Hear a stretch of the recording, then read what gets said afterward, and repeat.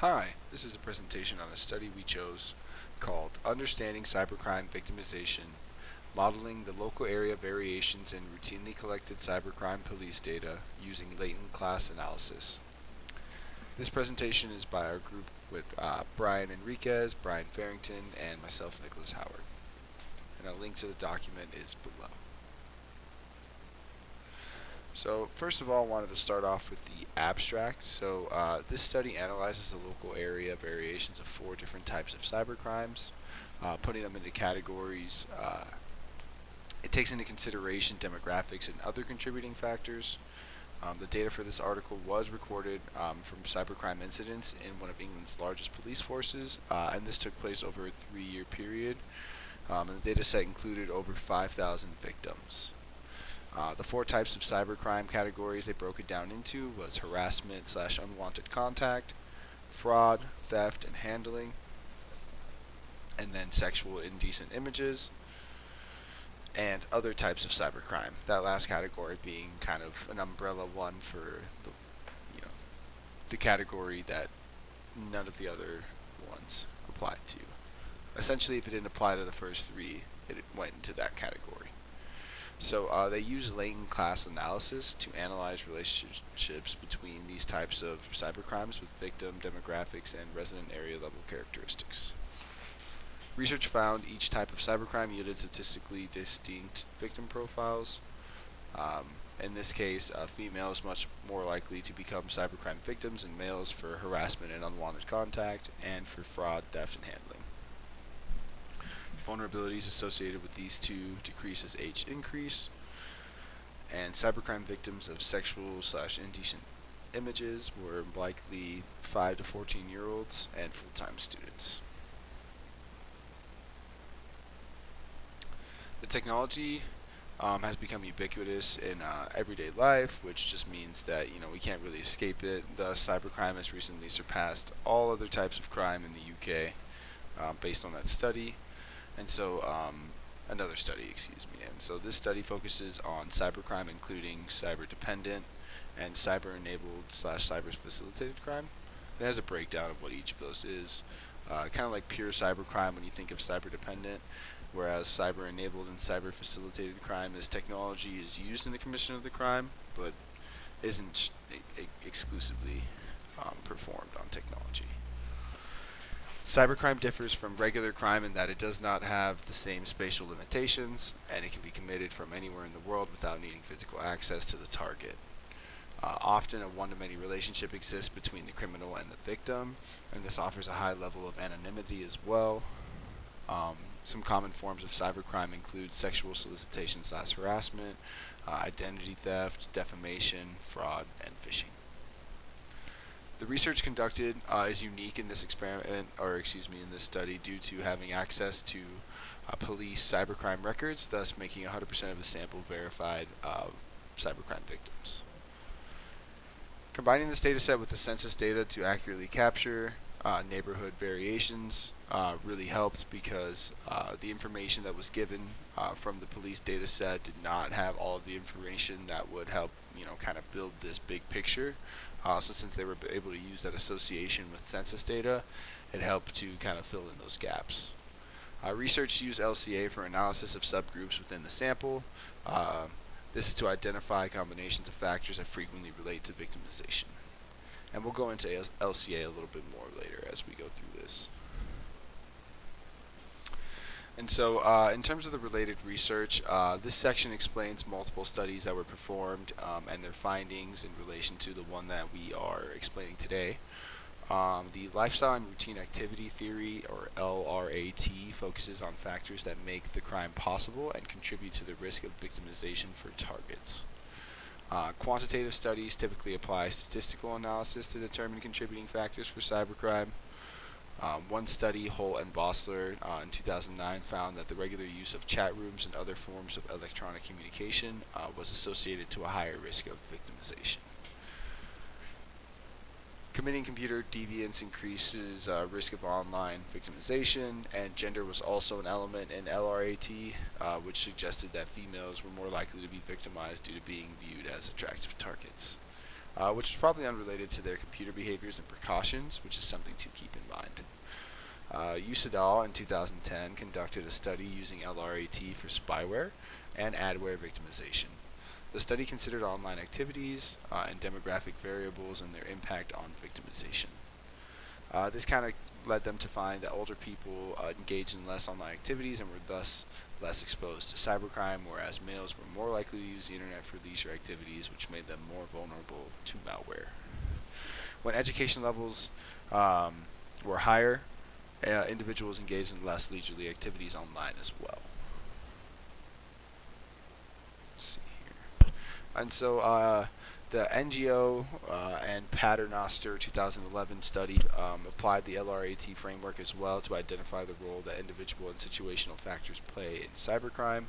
A study found that both individual factors and situational factors were associated with certain types of cybercrime victimizations, but were not shown to consistently impact the likelihood of becoming victimized. It also found that age, race, employment status, and computer deviance, such as like looking up pornographic images, for example, had a statistically significant association with cybercrime victimization. I also found that older individuals had a lower probability of experiencing malware, online harassment, or defamation.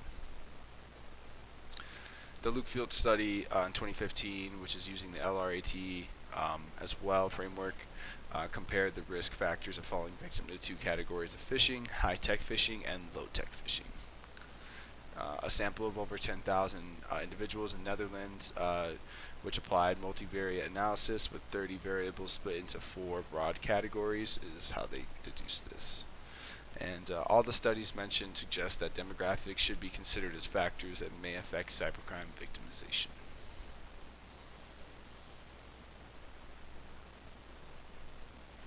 Reynes in 2016 used regression analysis and found that neighborhood integration, or the trustworthiness of individuals, and disorganization, more like vandalism and graffiti in the neighborhood, were all associated with illegal downloading and hacking among adolescents attending high school.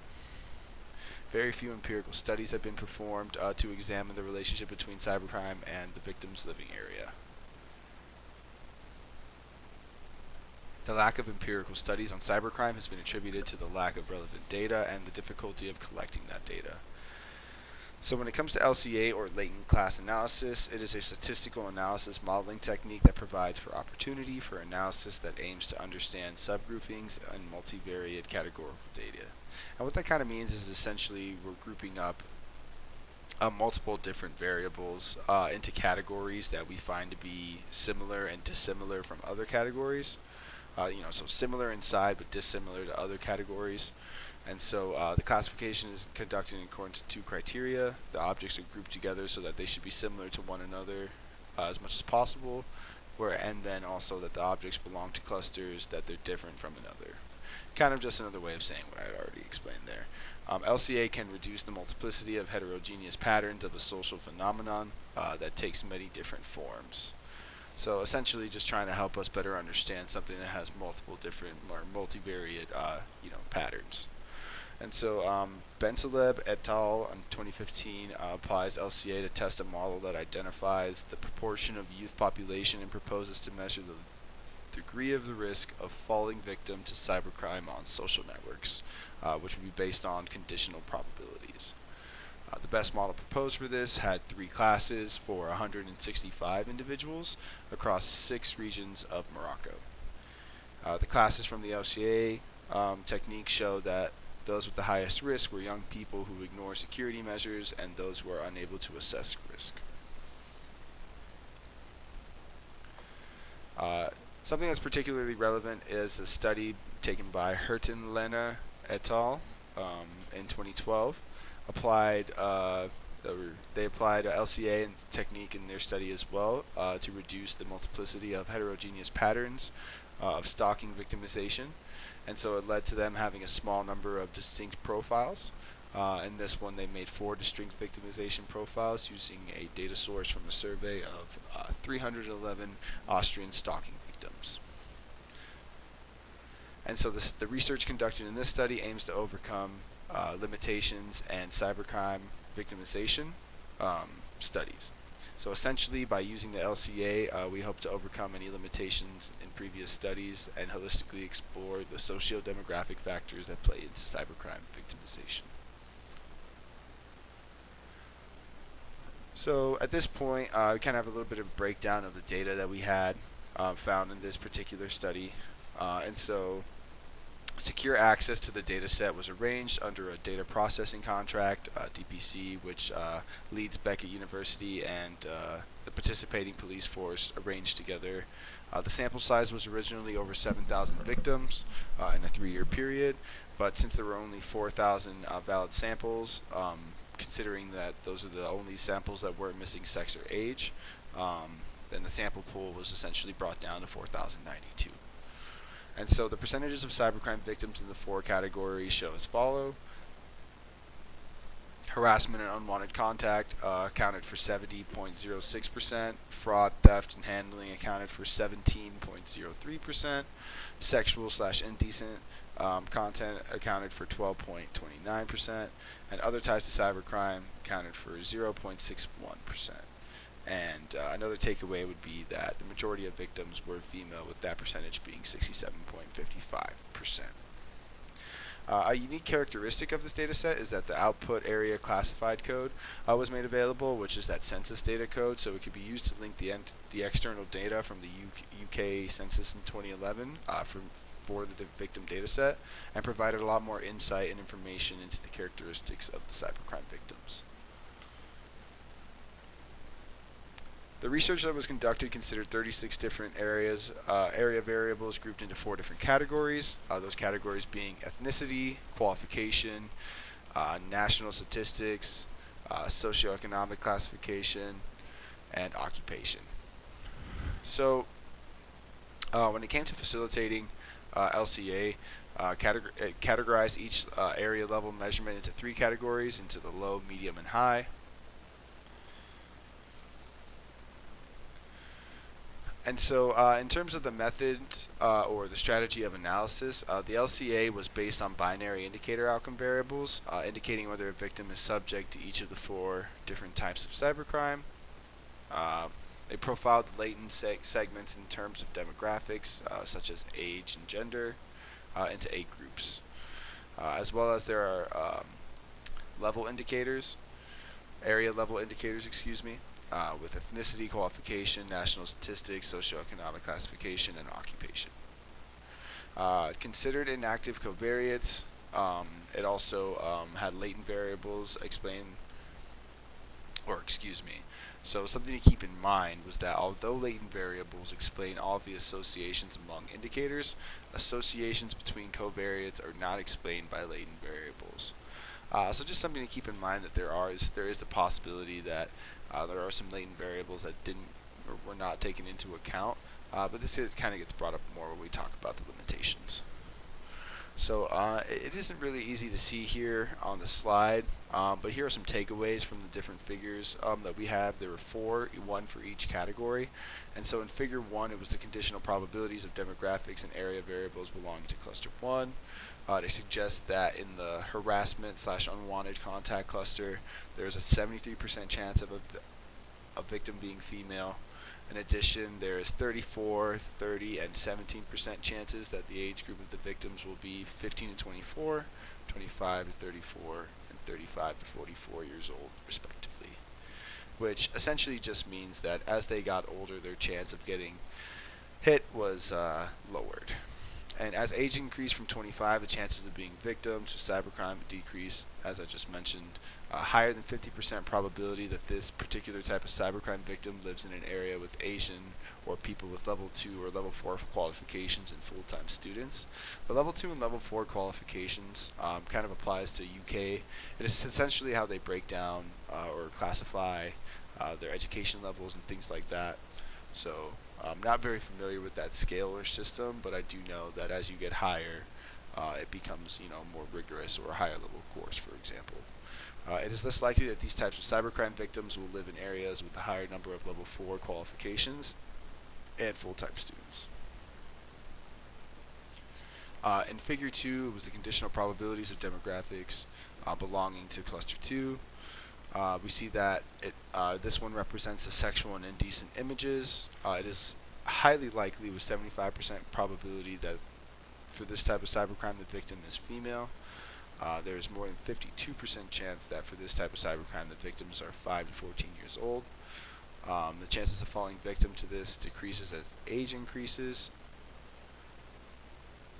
And it is more likely that for this type of cybercrime victims live in areas with a higher number of level 2, level 4, and full-time students.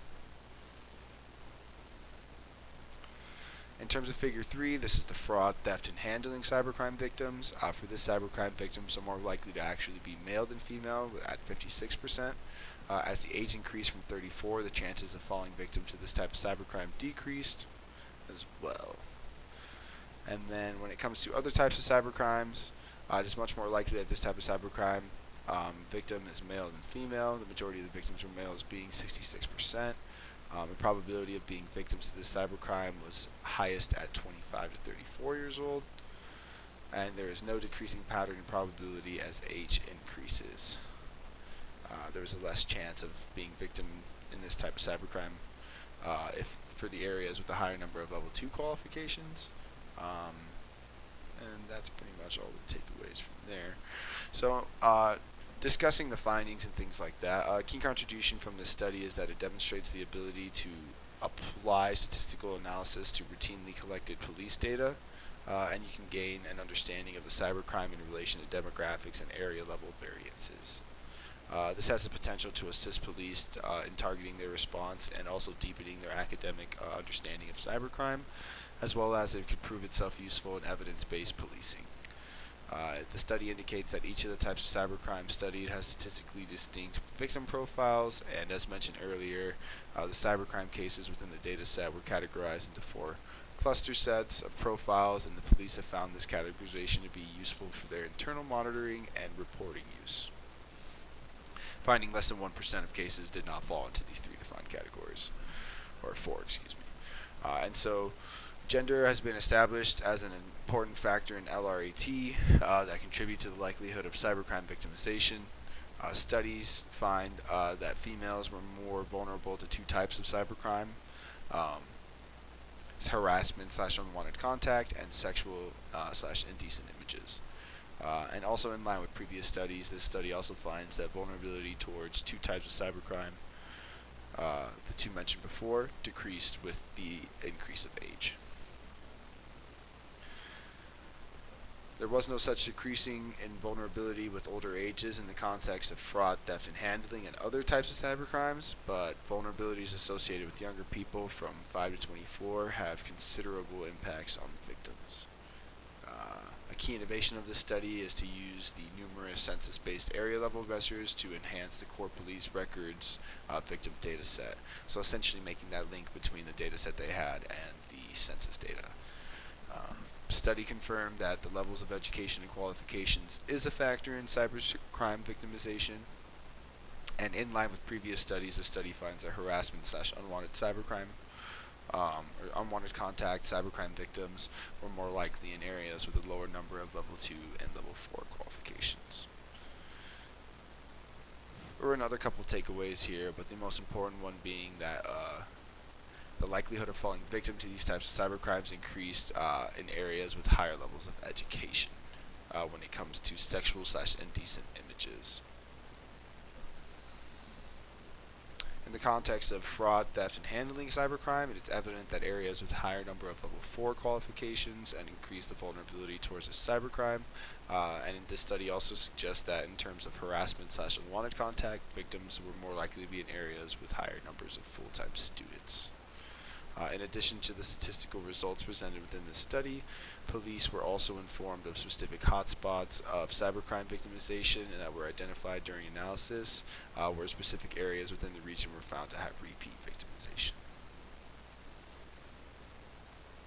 So just addressing some of the limitations inside of this study real quick. The main limitations of this research are related to the inherent properties of the routinely collected police data, and the data does not contain a complete picture of victimization. Victims may not realize they've been targeted and are not typically quick to respond to cybercrime incidents and report them to law enforcement. Victims often only try after resolving the issues themselves. However, it could be argued that the official records provide a little bit more of a complete picture than a self-selecting survey approach, as most studies do take. It's important to note that area level variables in this study, such as ethnicity and level of education, can't be attributed directly to the victims, but rather are attributed to the area the victims are located within.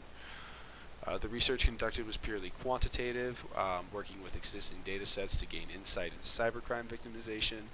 And then in terms of the LCA approach, the LCA assumes any association among the indicator or outcome variables is due to the latent variable being captured, and thus this could result in erroneous conclusions if the association among the indicator variables were the result of chance or due to an unmeasured confounding variable. Essentially, LCA studies depend on assumptions and scenarios.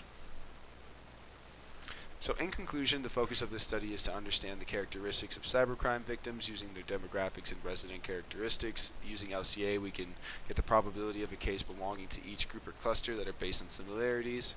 And then just the takeaways from the 4 crime clusters: harassment / unwanted contact. Cybercrime victims have 73% chances of being female. In addition, there's a 34 and 30% chance that the age group is between 15 and 24 and 25 and 34 respectively. Sexual / indecent images account for 75% of their victims are female, and 52% belong in the age group 5 to 14 years old.